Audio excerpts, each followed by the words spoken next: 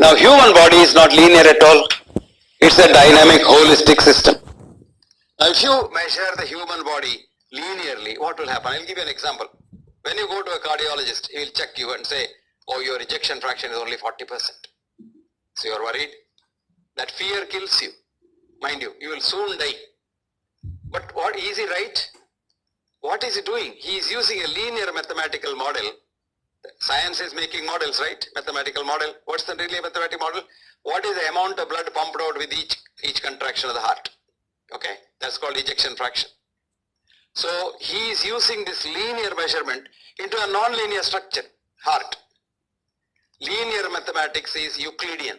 So Euclidean mathematics works on Euclidean structures only. It must be either a square globe, triangle, square or oblong. Heart is neither of these, none of these. Heart cannot be. Heart actually is a non-linear structure which requires a different mathematical model which we can't understand. That's called non-linear mathematics, which in the West is called Mandelbrot's mathematics and in the East is called Vedic mathematics. Very difficult, very, very difficult. Mandelbrot alone understood it. And that's how Mandelbrot constructed the computers on the basis of binary numbers. So non-linear mathematics is used in, linear mathematics is used in a non-linear structure. So the ejection fraction is absolutely wrong. Sometimes we get patients with an ejection fraction of 25. He has gone to Ayyappa temple 3 times. You know where it is? It's almost like the Himalayas. I simply believe in what the patient says. I ask him, can you go up to the first floor without any trouble? Yes. Second floor, trouble. Third floor, yes. Then your ejection fraction is probably more than normal. Then here is a patient with an ejection fraction of 40% from the doctor. He can't go to the toilet without having chest pain and breathlessness. That is because we are marrying linear mathematics to a non-linear structure.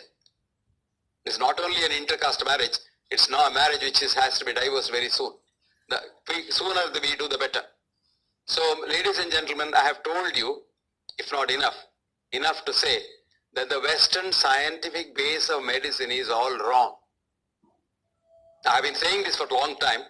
I am very happy last year, the chairman of the NICE is the biggest organization in England. That is the NICE is the organization which controls clinical excellence. National Institute of Clinical Excellence. Rollins, Sir Michael Rollins is the president. And Sir Rollins was giving a talk at the Royal College, what's called the appointed lectures, the named lectures. And he said, I quote, unfortunately, we have been giving RCTs and keeping them at a high pedestal, saying that they're a scientific thing, is not deserved. RCTs do not deserve to be the pedestal at which they are kept, which means all our studies, which you and I believe in practice also, are not true. Is it clear now? Which means the Western scientific medicine is not really scientific, if you want to know. But based on these, the class system has started. Western medicine is scientific. All other things not scientific. One day I was giving a lecture in IIT Bombay, and they had invited me to give a lecture on blood pressure. IIT, you know, IIT is all supposed to be very brilliant boys and girls and brilliant professors. So lecture went on. So I told them, what is blood pressure? A physics teacher in the class, PUC class, tells the student, laminar flow cannot exert lateral pressure because if it does, then it can't flow. Cosine 90 is 0, right? Yeah. Mucks up. Passes CET with very high rank. Gets into the medical school. Physiology professor comes, class. Lateral pressure exerted by the flowing blood is called lateral blood pressure. That's blood pressure. Lateral pressure exerted by the flowing blood on the vessel wall is called blood pressure. I said, what is this? Where do these two things go? Second thing is, does the blood flow laminarly inside the blood vessel? Supposing you have an obstruction of the blood pressure, we say, oh, it's very bad obstruction. Have you heard of the Bernoulli effect? As a matter of fact, the blood flow may be better with a little obstruction. I was telling Karthikeyan Sir that the obstruction to the coronary arteries. See, with the simple 3 things we didn't ask ourselves. Why don't animals get a heart attack? Why only man should get a heart attack? Have you ever thought about it?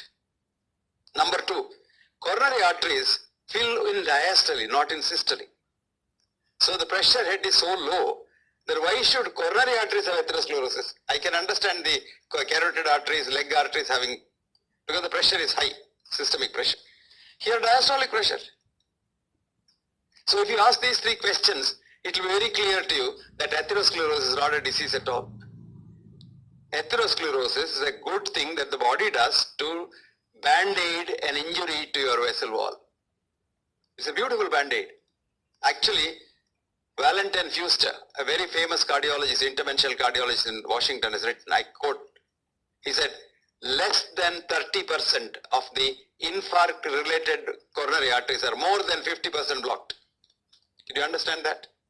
Less than 30% of the infarct-related vessel means the vessel which supplies the heart attack area, which you say blocked, are less than 50% blocked. So bigger block is not important, lesser block is important. And if you go deep into it, you find out animals do not get a heart attack because animals can produce vitamin C in their system. You and I get a heart attack because we don't have capacity to produce vitamin C. So heart attack possibly is a younger brother of scurvy. You heard scurvy where you bleed everywhere? Here you bleed into the vessel wall and then the vessel wall gets blocked and then heart attack comes. I mean, we don't think.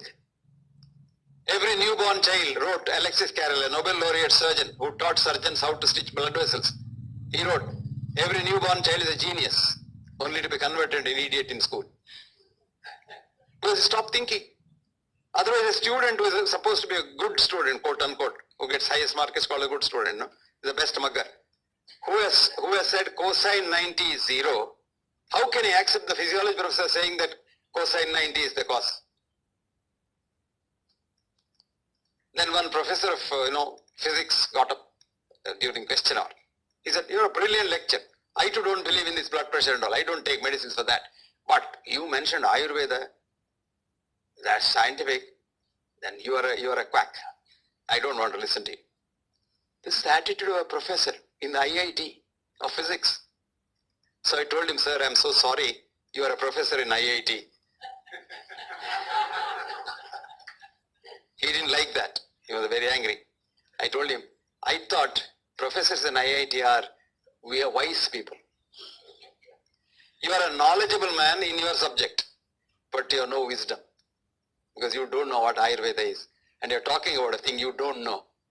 And Ayurveda probably has got the strongest scientific base because it depends on non-linear mathematics. Ayurveda depends on non-linear mathematics. And Ayurveda probably has the best base of, and Ayurveda is a beautiful idea. It's not the idea of, Ayurveda's idea is life positive. Swastasya, swastha, rakshitam. Preserve the health of the well. From the community point of view, very economical model. On a given day, about 2% of the people will be sick. 98% are well. If you can try and preserve their wellness without getting them to go into sickness, won't you save millions and millions and trillions of dollars?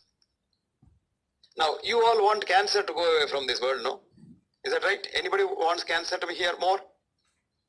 More? No? A lot of people want cancer to be here more. Government has permitted 240 chemicals to be used in various human things, including eating things, which are all carcinogenic.